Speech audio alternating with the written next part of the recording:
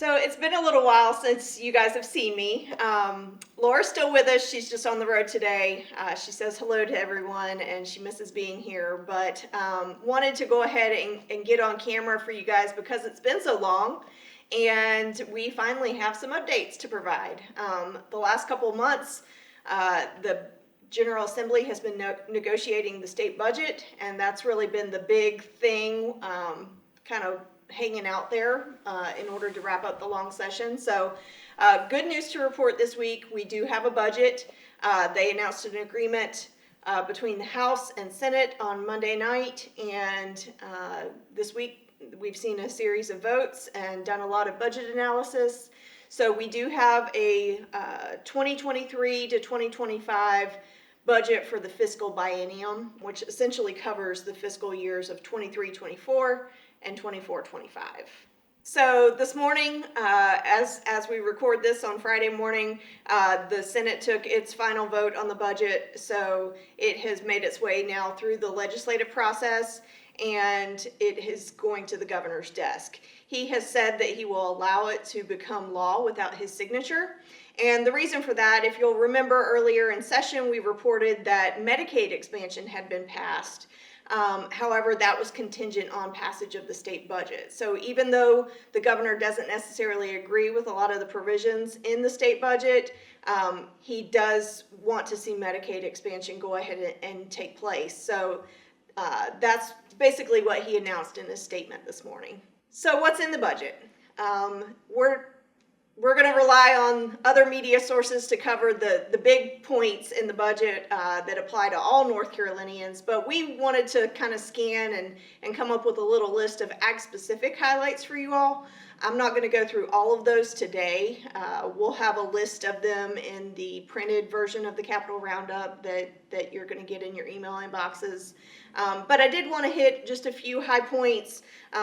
Again, I'm an attorney. I don't do numbers, so I have my trusty sheet here. So some of the highlights. One of the things that we were excited to see is a new program called the North Carolina Agriculture Manufacturing and Processing Initiative. That received $10 million each year of non-recurring funding. And along with that, the Department of Commerce is going to do a study of agribusiness economic development in North Carolina, and that received $500,000 in the first year of the budget. We also saw the creation of a large Animal Health Enhancement Fund, which will provide some support, particularly for large animal veterinarians in rural North Carolina. That's going to receive $130,000 each year of recurring funding. The Tobacco Farm Life Museum is going to fall under state stewardship through the Department of Natural and Cultural Resources, and it's going to receive $375,000 in the first year and $350,000 in recurring funding in the second year in order to support the museum's operations. Farmland Preservation also received a significant line item. It receives $10 million in 23-24 and $15 million in 24 and 25. And those are non-recurring funds, so of course we'll have to see what the General Assembly decides to do with that in the future, but seeing $25 million going into farmland preservation over the course of the next 2 years is a great thing for North Carolina agriculture. Farmers Appreciation Day will be recognized by the North Carolina General Assembly. There is $250,000 appropriated in 23 and 24 to recognize that Appreciation Day. Research stations also got a significant amount of funding. They're receiving $3.975 million each year in recurring funding. And they're also receiving $4 million in each year of non-recurring funding for the purpose of purchasing new equipment and upgrading their resources and equipment there at the research stations. So that's a great part of the budget that we're happy to see research stations getting some additional support.